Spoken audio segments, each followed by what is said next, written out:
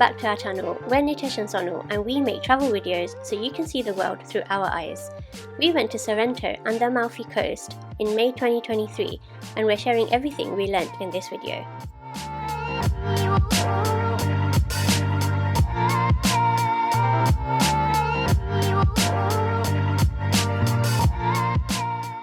One of the main questions I had when booking this trip was where to stay. There are so many options and the Amalfi Coast is quite long, so where is the best place to stay while taking into account time, budget and transport? Well, after much research on Airbnbs and hotels in and around Amalfi, we went with a hotel in Sorrento. It's much more economical to stay in Sorrento.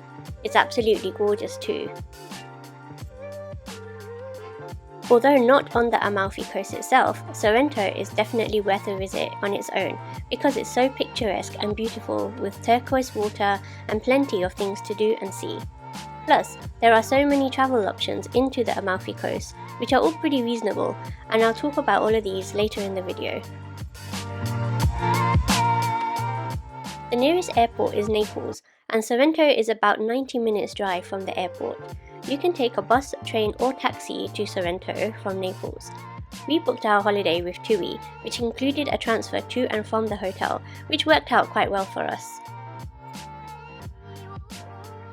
Most of the hotels in and around Amalfi Coast are 3 or 4 star. 5-star hotels are far and few between and come with a premium. An amazing backdrop is almost guaranteed wherever you stay though, because the whole place is so charming.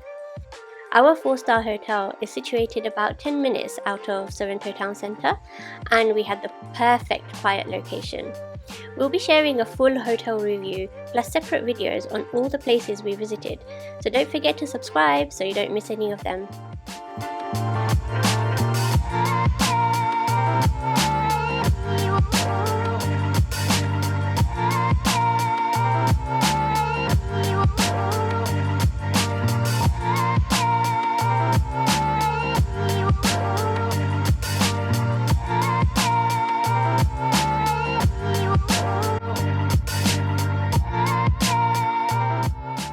As I mentioned, we travelled in May.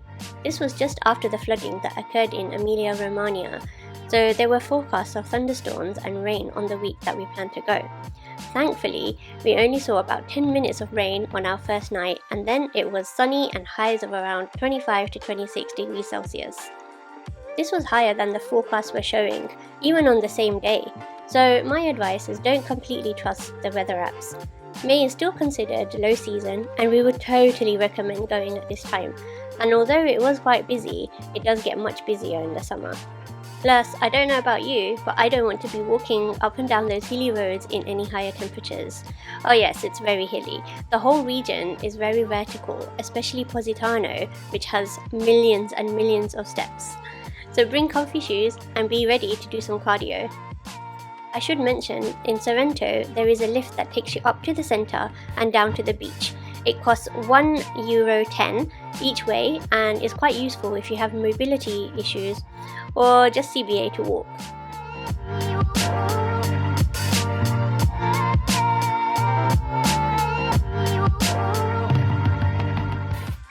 We went for 4 nights. The first night we were quite tired from travelling, so really only had 3 days. Although we packed a lot in, we do wish we had stayed a little longer.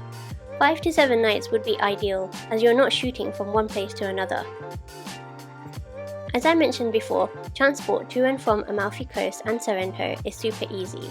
If you book with a travel agent like TUI, they can help you with car hire, which starts around £33 a day.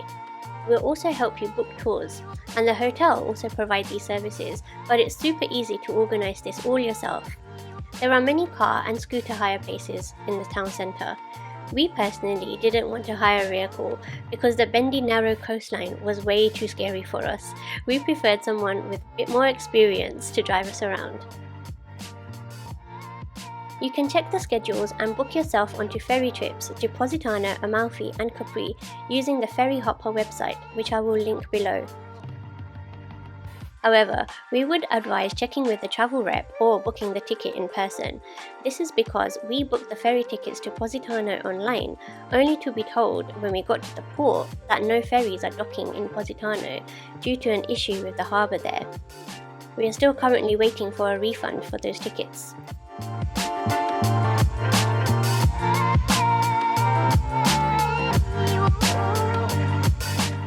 You can also take buses to Positano and Amalfi and book private tours.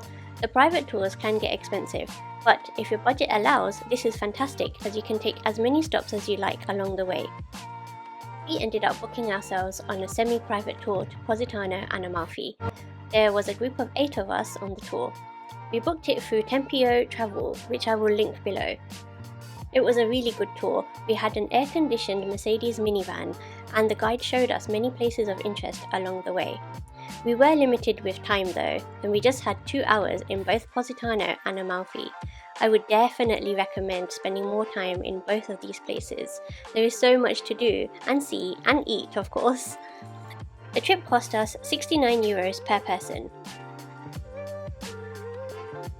Although you don't have to book any of the tickets in advance, you can literally book the next ferry or bus. It is a good idea to have a rough itinerary. This will help you plan your days and ensure you get a good seat on the bus or ferry. To give you an idea, the queues for the buses to Positano were 2 hours, and that's with a ticket, so we would advise planning and starting early. We also booked ourselves on a ferry ride to Capri. The ferry cost €40 each return, and when we got there we just winged it. We took the funicular up to the main town and had some lunch and coffee and gelato and took in the wonderful sights. There are many guided tours and activities in Capri, and it's completely up to you how you spend your time there. We would recommend a visit to Capri as it's only 20 minutes away from Sorrento and another beautiful place to visit. It goes without saying that Italian food is delicious. I was definitely pasta and pizzaed out, but thoroughly enjoyed the food. A meal for 2 on average cost around €30. That's without alcohol, and the portion sizes everywhere were fairly decent. We would advise checking the menu for anywhere you go first, just to avoid any nasty surprises in the end. Don't forget to try the gelato, it's divine. You will see many supermarkets in the town centres too. You can buy snacks and drinks here, which may work out cheaper for you. For example, a 1 litre bottle of water cost us just €1, which is way cheaper than in the UK. So a trip to the supermarket is well worth it.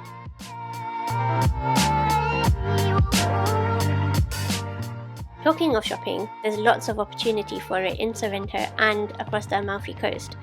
From designer brands to independent designers, and from clothes to fridge magnets and limoncello bottles, you'll have lots of souvenir choices.